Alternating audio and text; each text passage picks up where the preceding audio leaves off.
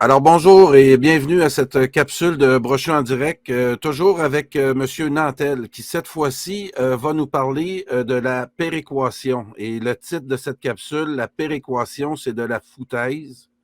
Monsieur Nantel s'est penché beaucoup sur la question de la péréquation. Je vous invite à aller voir ses capsules sur son compte YouTube où il explique comme il faut la supercherie de cette manœuvre fédérale qui est la péréquation.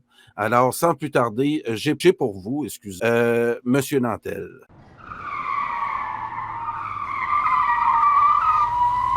Bonjour, M. Brochu.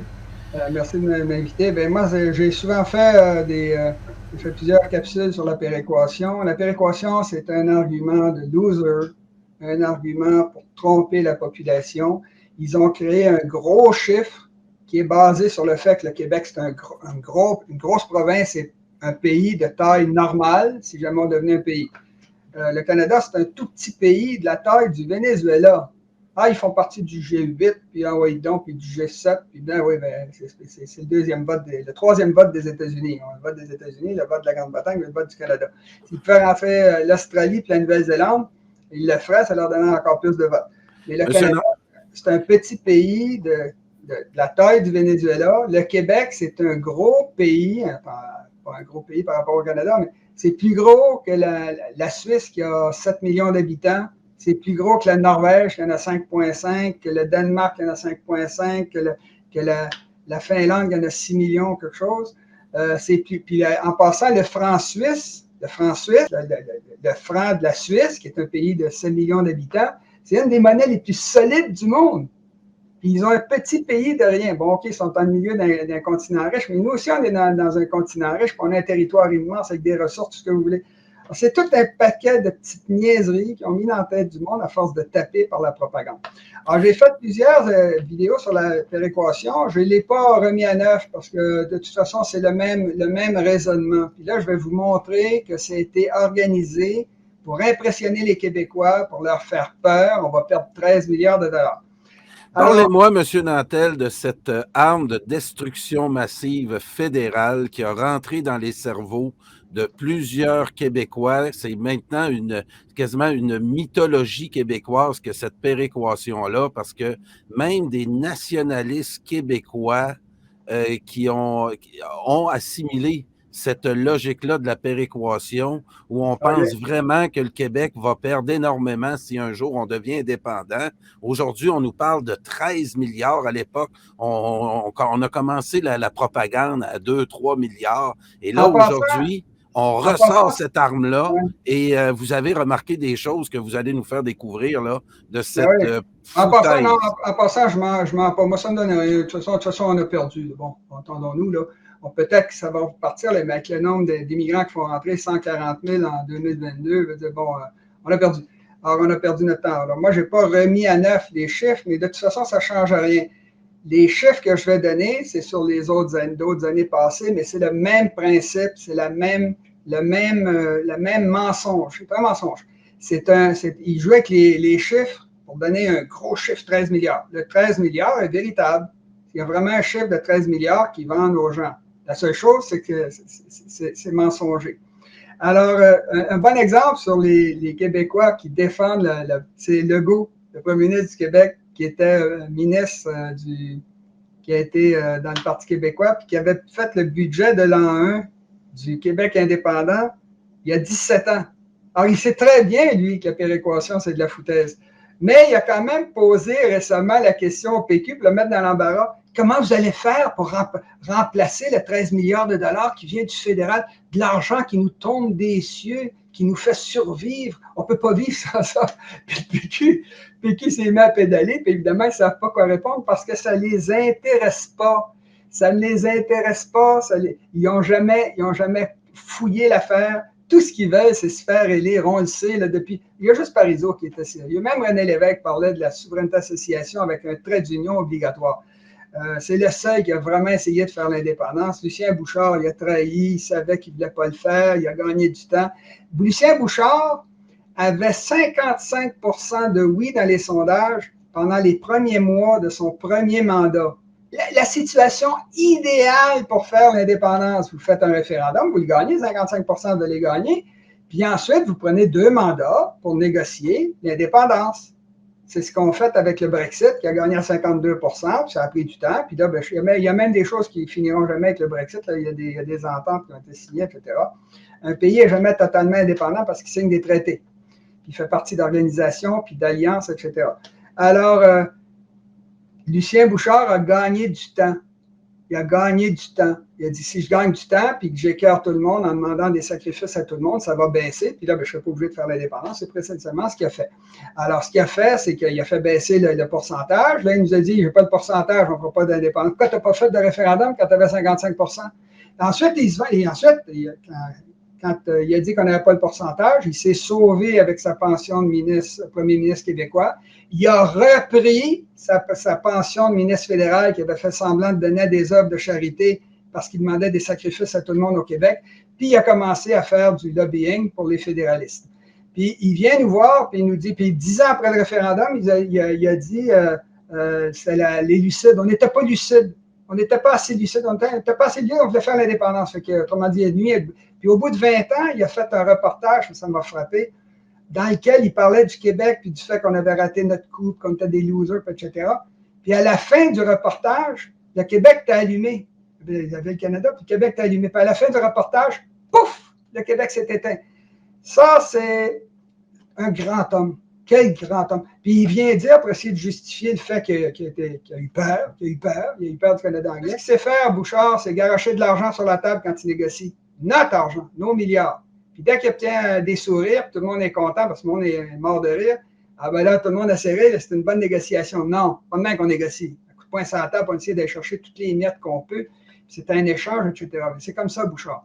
Puis Bouchard, pour essayer de justifier le fait qu'il n'a pas fait le travail pour lequel il avait été élu, puis que c'est lui qui a arrêté le mouvement, c'est lui qui l'a arrêté à 55. J'essaierais de faire mieux que 49,5. Oui, évidemment. Quand on était à 82% de la population, c'était possible d'avoir 55%. Mais quand on est rendu 70, c'est pas mal plus difficile. Puis quand il faut rentrer 140 000 immigrants dans une année, c'est encore plus difficile. Ah, c'est pour justifier ça, il dit, de toute façon, on est juste une petite ridule sur l'océan. Non, ça, c'est pas vrai, ça. Le seul moment dans toute l'éternité où un être humain peut aider ses semblables, c'est quand il est vivant. Puis Lucien Bouchard, il est vivant au 20e pour 21e siècle. Il n'a pas fait le travail pour lequel il avait été élu. Il avait peur de le faire. Il voulait les avantages, il voulait les titres, il voulait la pension. Il nous a trahis. On a été trahis. Puis le PQ, depuis, n'arrête pas de trahir. Alors, ils n'ont aucune idée quoi répondre à la question « Qu'est-ce que tu vas faire pour remplacer le 13 milliards de dollars? » Ben, moi, je vais vous en parler. La péréquation au Québec, c'est pas de l'argent qui vient de l'Alberta, du pétrole de l'Alberta qui est donné au Québec. C'est pas 13 milliards qui vient du pétrole de l'Alberta. C'est faux. L'argent de la péréquation, elle est payée par tous les Canadiens, y compris par les Québécois. Le Québec paie 20% des impôts fédéraux au Canada. Ça veut donc dire que 20% de la péréquation que le Québec reçoit vient du Québec. Puis ça, là, c'est pas un rêve, c'est simplement la réalité. Ça ne vient pas de l'Alberta, ça vient du gouvernement fédéral qui vient de nos taxes et impôts, dont 20% viennent du Québec. Alors, il faut enlever 20% du 13 milliards dont on parle. Il y a également une péréquation cachée. Il y a une péréquation cachée que le Québec paie, puis dont il ne parle pas dans les chiffres de la péréquation. La péréquation dont vous entendez parler, c'est seulement les 10 provinces du Canada. Alors, quand vous calculez à travers des 10 provinces du Canada, vous dites, regardez, ça fait 13 milliards, moins les 20% dont j'ai parlé. Mais il y a d'autres péréquations. Il y a d'autres territoires canadiens au Canada. Alors, regardez au nord là, de la zone des 10 provinces, il y a 3 grands territoires. Le Nunavut, les territoires du Nord-Ouest et le Yukon. Ces gens-là reçoivent de la péréquation, mais ça ne s'appelle pas la péréquation. C'est en dehors du programme de péréquation. Mais les Québécois paient des impôts au Canada pour payer de la péréquation. Ça s'appelle le TFF, Territorial Financing Formula, ou Territorial Formula. En tout cas, ça peut être un inverse. Mais ils reçoivent beaucoup d'argent. Vous avez également, en plus de ces territoires-là, canadiens, qui sont dans le Canada, qui sont peuplés par des Canadiens, qui reçoivent de la péréquation, qui ne s'appelle pas de la péréquation, vous avez également des territoires autochtones qui sont éparpillés partout au Canada. Ici, vous avez les chiffres qui sont la véritable péréquation payée par les Québécois. Puis vous avez ici le TFF, là, bien, le Nunavut reçoit 41 000, là, attention, ce sont les chiffres de 2018-2019. Je n'ai pas refait les calculs, mais c'est le même raisonnement. Le Nunavut, en 2018-2019, recevait 41 000 par habitant. Le territoire du Nord-Ouest, 28 000 par habitant. Le Yukon, 24 000 par habitant. Le Québec, lui, recevait 1 387 par habitant. Alors que, regardez, l'île du Prince-Édouard, Nouveau-Brunswick, Nouvelle-Écosse, Manitoba reçoit plus par habitant. Bon. Alors, bien sûr qu'il y a des provinces pétrolières, qui, eux, paient des surplus de péréquation. Ça, j'ai aucun problème avec ça. Mais il faut regarder où est le Québec. Il n'y a pas de générosité. Mais quand vous regardez la totalité de ce que le Québec reçoit, c'est 52% du total. Ben là, vous dites, une minute, là, les boys, là, comment ça se fait que les Québécois reçoivent seulement 1 400 $ par habitant, puis que le Nunavut en reçoit 41 000. Ah ben ça, blablabla, non. On paie le TFF, on en paie 20 %. Il faut enlever ça également, du 13 milliards, ça vient de nos poches, mais ils n'en parlent pas. Vous avez au Canada des Autochtones qui sont des Canadiens, qui habitent des territoires canadiens, qui sont des territoires autochtones, et qui sont beaucoup plus nombreux dans le reste du Canada en pourcentage qu'au Québec. Mais eux aussi reçoivent de la péréquation. Ah, mais ça ne s'appelle pas la péréquation, ça s'appelle l'aide aux communautés autochtones. Mais quoi indépendant, le Québec ne paiera plus ça. Il ne paiera plus ça, cette affaire-là. Parce que nous, nos Autochtones, d'abord, on a tous du sang autochtone, les Québécois de souche, mais on a 1,5 % de la population. Encore une fois, là, je parle des années 2018-2019. Mais regardez les pourcentages ailleurs au Canada, 4,7 % en Terre-Neuve, 15,5 % au Manitoba, 85 % au Nunavut. Ils reçoivent de l'argent, ces gens-là, pour l'aide aux Autochtones. Maintenant, vous avez également un autre facteur dont j'ai tenu compte, c'est que une partie de la péréquation payée au Québec est payé par le gouvernement fédéral. Ça ne vient pas du pétrole d'Alberta, c'est payé par le gouvernement fédéral, ça vient des taxes et impôts de tous les Canadiens, dont les Québécois. Le fédéral fait un déficit pour chaque année pour payer une partie de la péréquation qui est payée au Québec. Ça va falloir que le Québec le rembourse. Encore un morceau qu'il faut enlever. Alors, là, je parle des chiffres de 2011-2012, mais c'est le même raisonnement. Alors, à l'époque, le Québec recevait 53,3 % du total de la péréquation payée au Québec. On recevait 7,8 milliards. Mais il faut enlever la partie de la péréquation payée par les impôts du Québec. Il faut enlever la partie, la péréquation payée aux 3 territoires du Nord. Il faut enlever la péréquation versée entre autres aux Autochtones du Canada, qui sont des Canadiens, comme les gens des territoires du Nord-Ouest. Alors, la vraie péréquation payée au Québec était 3,98 milliards sur 7,82 milliards. Alors, à un moment donné, c'est mensonger. J'en ai parlé l'autre jour. Au Canada, il y a 3 villes qui prouvent que les Québécois se font voler, V-O-L-E-R, voler, se font voler. Non, attends, c'est voler, L-E-S. Alors, c'est Montréal, où les anglophones qui sont arrivés 150 ans après nous représentent 7,5 % de la population et contrôlent, avec nos taxes et impôts, payés par nos taxes et impôts, 3 universités, 6 cégeps, la moitié des grands hôpitaux sur l'île de Montréal, un méga hôpital sur 2. Ils contrôlent en plus de 30 à 40 % de l'économie du Québec. Ils sont arrivés 150 ans après nous. Vous avez ça, c'est à Montréal. Ça, c'est une preuve que tout le monde a devant les yeux. Là, ça peut pas, je ne sais pas comment ça se fait PQ, puis le Bloc en parle jamais. Là, c'est évident, c'est du vol. C'est du vol à l'état pur. Ça dure depuis 262 ans, là, bon, etc. Vous avez la ville d'Ottawa qui a été construite à 1 mm à l'extérieur du Québec, de façon à ce que le Québec ne profite absolument pas de l'activité économique générée par la capitale du Canada. Tout va en Ontario. Et vous avez également Toronto, qui est la seule ville de la région des Grands Lacs à être prospère, reçoit 100 000 immigrants par année. Toutes les autres villes de la région des Grands Lacs sont en déclin, alors que Toronto, elle, tout va bien, c'est un prospère. Ils ont leur richesse, plus une partie de la nôtre qui déménage régulièrement, les usines, tous les trucs fédéraux, etc. C'est une anomalie totale. Alors, vous avez 3 villes au Canada qui sont basées sur le vol du Québec. Là, vous les avez devant vous. Là. Vous allez à Ottawa, allez faire un tour à Gatineau. Comparez les deux villes, vous allez comprendre. Il restait un fonds là, de péréquation. Je vais montrer 3,88 milliards. Je pense que c'est ça qui était le chiffre. Alors, comment est-ce qu'on va récupérer ça? Ben, notamment en éliminant tous les ministères fédéraux qu'on a déjà au Québec. Il n'y aurait seulement que 5 ministères à créer au Québec, et vous vous débarrassez de tout ce qui est à gauche. Alors, ça fait des milliards et des milliards, puis c'est beaucoup plus que 4 milliards de dollars.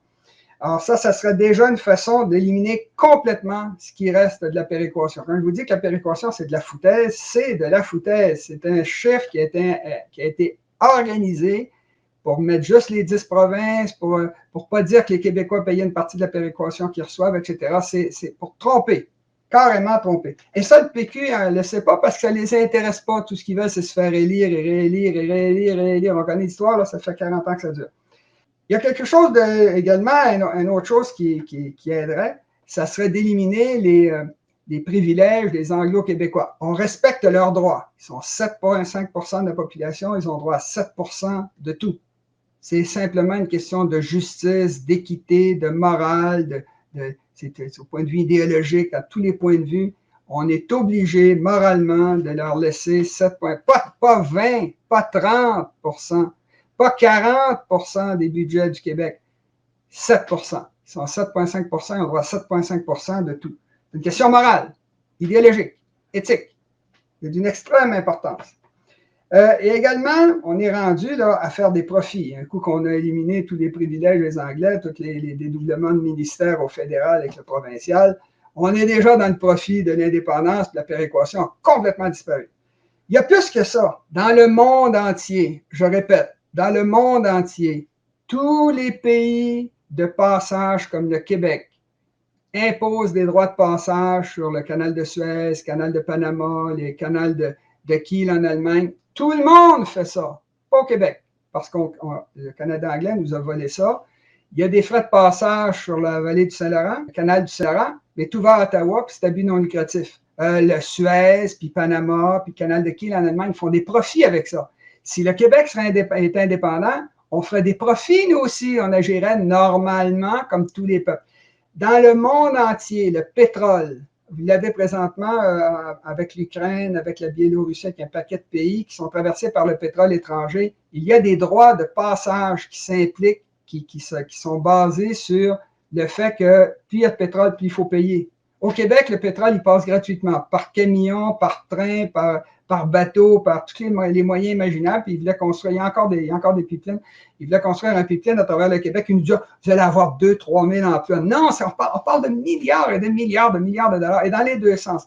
Les droits de passage dans un pays de passage, c'est la nature du Québec, comme la nature du Panama ou la nature du canal de Suez. C'est la nature, c'est un pays de passage, l'Égypte puis le Panama.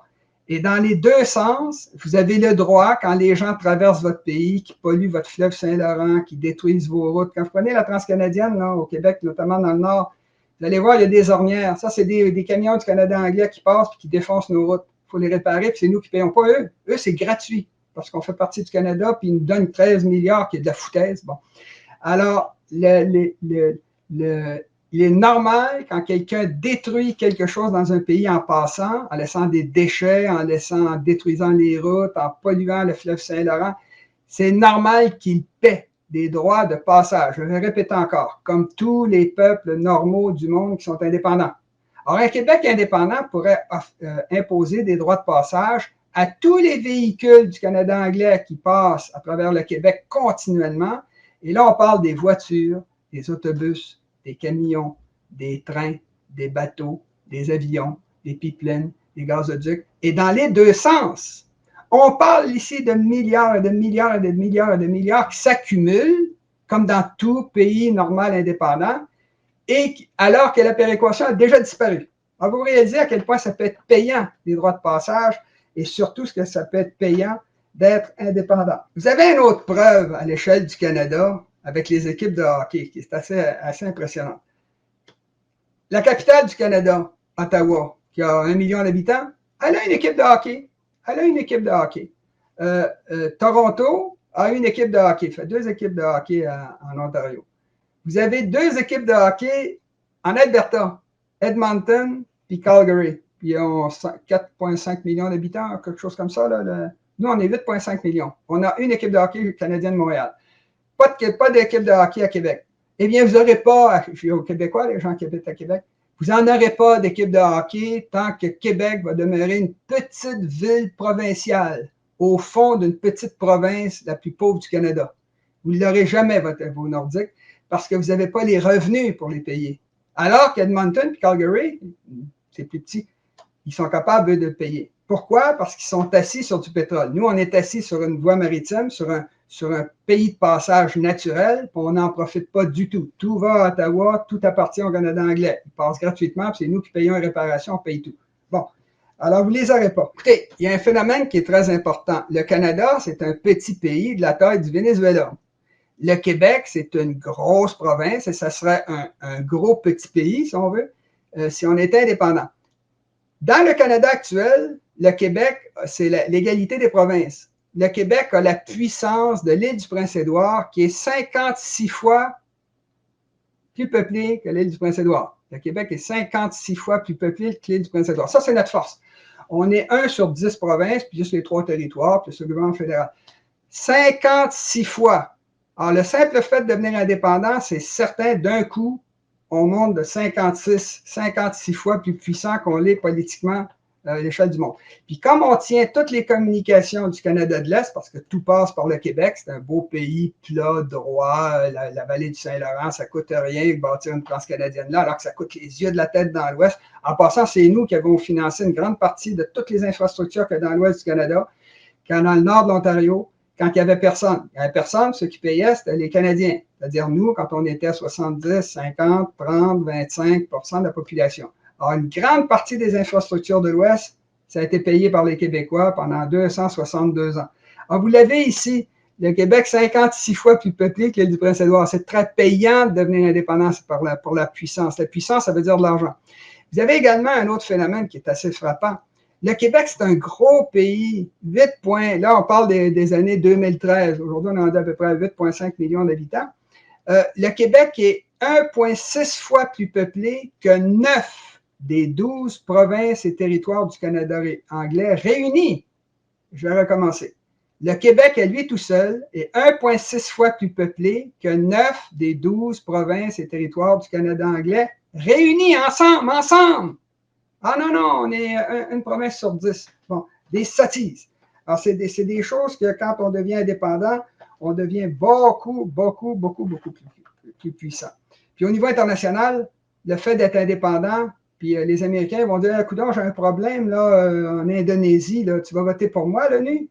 Ah ben oui, mais nous, on voudrait que tu facilites la vente de bois d'œuvre du Québec vers les États-Unis. On gagne quelque chose en échange quand on négocie au niveau international. C'est d'ailleurs ce que fait le petit Canada, qui a la taille du Venezuela. C'est ce que fait Israël, qui est à peu près la population du Québec, mais avec un territoire 60 fois plus petit. Alors, quand vous avez la puissance de négocier au niveau international, ça rapporte beaucoup d'argent. Ça fait très longtemps qu'on a oublié la péréquation qui a disparu, qu'on a tout payé. Là. Je vous ai montré comment. Là. Depuis, on a des droits de passage, on a éliminé les privilèges des Anglo-Québécois, on a arrêté on commence à négocier au niveau international. C'est tout de l'argent qui rentre. Là. On a tout de l'argent qui rentre. Puis vous avez les Nordiques qui s'installent à Québec parce que Québec va prendre une partie. Toute la partie, le 20 % qu'on dépense à Ottawa, il rentre à Québec. Là, les maisons vont prendre de valeur. Le Québec va avoir les Nordiques, ça va avoir plus d'activité économique. C'est tout du profit, l'indépendance. Et c'est tellement vrai qu'il n'y a pas un seul immigrant au Québec qui est contre l'indépendance. Je n'ai jamais rencontré un immigrant au Québec qui était contre l'indépendance. Ils sont tous pour l'indépendance, dans leur pays d'origine, parce qu'ils savent que l'indépendance, c'est payant. Ils en ont fait l'expérience. Au Québec, c'est un truc de nazi, on va tuer les gens, on va les pendre aux lampadaires, on a des niaiseries, des conneries. Bon, on les reçoit très bien, puis ils n'ont jamais été en danger ici. Ça, d'ailleurs, qui viennent se réfugier, puis qui mentent pour devenir réfugiés. En tout cas, pourquoi est-ce que le PQ, puis le Bloc québécois, qui est devenu fédéraliste, ils ont complètement laissé tomber l'indépendance, complètement, totalement. Pourquoi ils n'en parlent pas? Ben, parce qu'ils veulent se faire élire. Le PQ refuse. C'est même pas un oubli. Moi, j'ai cru longtemps que c'était un oubli. Ils n'avaient pas pensé à ça, au droit de passage, comme ça se fait partout ailleurs dans le monde. Ils n'ont pas pensé. Ils n'ont pas pensé à éliminer les avantages du Canada anglais. comme ça, et puis les droits de passage, etc. Pourquoi ils n'en parlent pas? Ben, c'est parce qu'ils veulent se faire élire. Puis depuis, le PQ est conseillé par des conseillers fédéralistes, par des peureux là, qui essayent juste de se faire élire. On va aller chercher des... Quand vous entendez le Bloc québécois ou le PQ dire on a eu une grosse élection, on a fait une grosse percée, ils parlent d'élection, ils parlent de siège. Ils ne parlent jamais est-ce que ça a progressé l'indépendance. Non, il ne faut pas en parler, ça nuit. Imaginez-vous, ils ne veulent pas parler d'indépendance pour aller chercher 30% du vote ou 20% du vote, puis ils pensent qu'ils vont gagner l'indépendance avec 50% plus 1. Voyons, non, c'est des conneries, c'est parce que tout ce qu'ils veulent, tout a été organisé pour se faire élire, puis tout le reste, ben là, quand on est élu, ben là, il ne faut pas en parler non plus parce qu'il faut se faire réélire. Puis quand la troisième élection, on peut se faire encore faire réélire. Fait qu'on n'en parle jamais parce que l'indépendance, comme disait Bouchard, pour convaincre les gens de ne pas faire l'indépendance, ce qu'il a dit, c'est qu'il faut tout réorganiser le Québec. Il faut faire des ententes avec les syndicats. Il faut sauver de l'argent. Il faut faire le déficit zéro. Il faut préparer l'indépendance. Qu'est-ce que ça veut dire, ça? Ça veut dire l'indépendance, ça va coûter cher. Ça va vous faire... Vous allez souffrir. Vous allez souffrir. Vous ne pouvez pas savoir comme vous allez souffrir. Fait qu'il faut ramasser beaucoup d'argent. Non. L'indépendance, c'est payant. Alors, dès qu'on a une chance, qu'on a 55% de oui au début d'un premier mandat, on se dépêche de faire l'indépendance parce que chaque morceau de l'indépendance qui est négocié, c'est de l'argent qui rentre au Québec. Des droits de passage, élimination de tout ce qu'on paie, les 3 territoires du Nord, puis etc. Tout ça, là. On élimine la péréquation, on élimine tout ça, c'est tout payant. Non.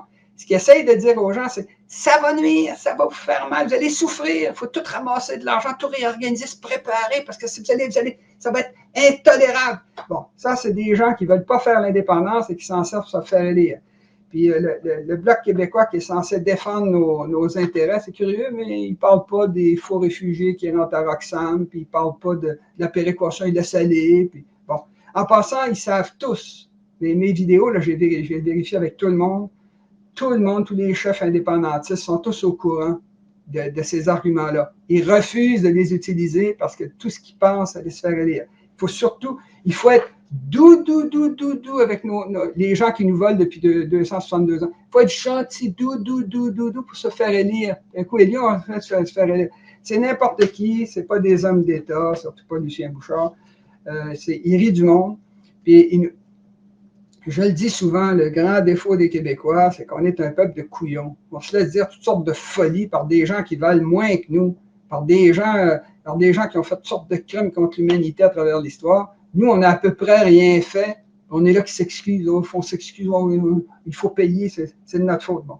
Ce que fait le PQ puis le Bloc québécois, il joue sur les émotions. Le français. Ben non, c'est pas le français, c'est l'indépendance. C'est aller chercher de l'argent, aller chercher de la puissance. Quand on est puissant, on ne met même pas de loi 101. Quand on est puissant, je vais demander au Brésiliens, est-ce que le portugais, c'est la langue officielle du Brésil? Je ne sais pas, je pense pas. Je ne sais pas, il ne me semble pas. Il y a des villages allemands au Brésil, j'en ai vu. Il y a encore des autochtones. Ils n'ont pas mis, peut-être, je ne sais pas, personne ne sait. Aux États-Unis, ils ont passé des lois pour mettre l'anglais sur la langue officielle parce que les anglophones étaient devenus presque minoritaires en Californie. Mais ça, en passant, c'est le même réflexe que nous. C'est jouer aux victimes. Alors, le PQ actuel, là, ils se déchirent, on va parler d'indépendance, oui, parce qu'ils savent qu'ils ont perdu et qu'ils n'ont aucune chance de prendre le pouvoir. Alors, ce qu'ils essayent de faire, c'est sauver les 2-3 comtés qui peut-être peuvent aller chercher. C'est juste ça, c'est toi qui parles d'indépendance, mais ils ne parlent pas de la péréquation, comme je viens de vous en parler. Là. Ils ne disent pas la vérité. Le Bloc québécois, je me suis présenté à la direction du Bloc québécois, ils n'ont pas voulu analyser, en tout cas, c'est de la vieille histoire. Mais ces gens-là, ils ont eu 2 grands succès électoraux. Pendant 2 fois de fil, ils ont eu 32 députés élus. Ils considèrent que c'est une immense victoire. Puis effectivement, c'est une immense victoire parce que c'était ça leur but, se faire élire. Pas faire l'indépendance. Non, se faire élire. Ça, c'est la victoire. Puis un coup, on défend les intérêts du Québec, c'est-à-dire qu'on parle en français dans un parlement où tout le monde parle anglais, puis on défend les intérêts du Québec, puis il ne se passe rien. Puis comme a dit Jean Chrétien, puis quand Jean Chrétien il dit c'est bon que le PQ puis que le Bloc survivent parce que ça fait une soupape pour que les indépendantistes aillent gaspiller leur argent, leur temps, leur énergie pour rien du tout, puis ça fait élire les libéraux, autant fédéral qu'au provincial. Alors le PQ sert désormais à diviser le vote francophone de façon à faire passer les libéraux, dont Justin Trudeau qui a décidé de nous détruire. Il y a un gars qui s'appelle Guy Nantel qui se présentait à la direction du PQ. Il a écrit un livre, Guy Nantel. C'était souviens jamais, je me souviens, en tout cas, quelque chose comme ça. Là. Fait que je l'ai lu. Je suis le seul que j'ai repéré dont il parle dans son livre. Et allez voir les vidéos de Jean-Jacques Nantel, c'est très, très convaincant, c'est très bon. Vous allez trouver ça sur Internet. Il parle d'indépendance de la bonne façon. Fait, il se présente, je dis, hey, il va y aller, je vais aller l'aider. Il va dire ces choses-là, il va dire ce que je dis, parce que je ne mens pas, moi. C'est la vérité. Quand le Québec, c'est pas bon, puis je le dis, etc. Je vais voir un de ses chefs d'organisateur, puis j'amène la liste, parce que je l'ai fait dans une de mes vidéos, la liste de tous les avantages économiques qu'on tire avec les droits de passage. Fait que j'amène la liste. Le gars a mis ça sur la table. Ah non, il faut travailler fort, se faire élire le Guy Nantel, puis Guy Nantel, il va te faire élire. Il laisse ça sur la table, il s'en va. Ça ne les intéresse pas. Ils rient de nous autres, ils nous prennent pour des couillons, ce que malheureusement nous sommes. À ce que j'ai été, j'ai travaillé pendant 30 ans sur cette affaire-là, et pour faire rire de nous autres à chaque fois, on va chercher des... Puis dès qu'on a 55 %, ben là, on joue, on fait n'importe quoi, on fait baisser le pourcentage, puis après on se sauve. Bon, écoutez, il y a une autre affaire que fait le PQ, comme il est décadent et qu'il est embarqué dans le woke, la culture, tout ça, alors il élimine tous ceux, il élimine l'extrême gauche, il élimine l'extrême droite, il élimine surtout la droite, ça c'est trop pas bon. Il élimine les gens du centre, parce que le centre aujourd'hui, c'est devenu de l'extrême droite, tout ce qui n'est pas à gauche, c'est de l'extrême droite. Comme je dis souvent, il y a un petit peu d'espace à droite je sais pas, de Bernard Landry pour mettre les nazis, les tortionnaires, les cannibales, Gengis Khan, Tamerlan, les massacreurs. Bon, il y a tout petit peu d'espace. C'est l'extrême droite, il n'y a plus de place. En tout cas, c'est n'importe quoi. Le PQ, c'était un rassemblement de tout le monde, tous ceux qui veulent se joindre, y compris les Martiens, puis les gens d'Andromède qui habiteraient au Québec, qui ont le droit de voter, les Autochtones, tout le monde. C'était ça le PQ. C'est pas ça qu'ils ont fait. Là. Ils ont éliminé ça. C'est devenu un Québec solidaire qui, Québec solidaire aussi, fait semblant d'être indépendantiste. Aller chercher des votes, ça veut dire. Avec des loyers, avec des salaires de 180 000, 150 000.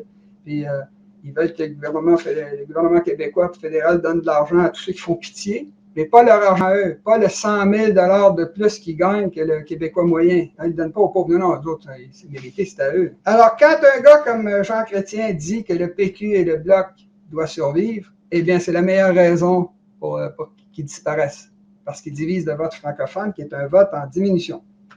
Maintenant, la dernière chose que j'ai à dire, n'oubliez pas de répandre cette vidéo autour de vous et de mettre un like, parce que c'est important au niveau des algorithmes de YouTube et ces choses-là. Là. Alors, c'est important que vous appuyiez, mais surtout que vous l'envoyiez à vos amis de façon à ce que les gens se rendent compte que la péréquation, c'est de la foutaise, puis au-delà de la péréquation, il y a des milliards de dollars à faire avec l'indépendance. Alors, je vous remercie d'avoir assisté à cette vidéo. Ça m'a fait plaisir de vous la présenter. Merci, M. Nantel, et à une prochaine vidéo. Au revoir. Pour tout commentaire, nous vous invitons à nous écrire studio@radioinfocité.com.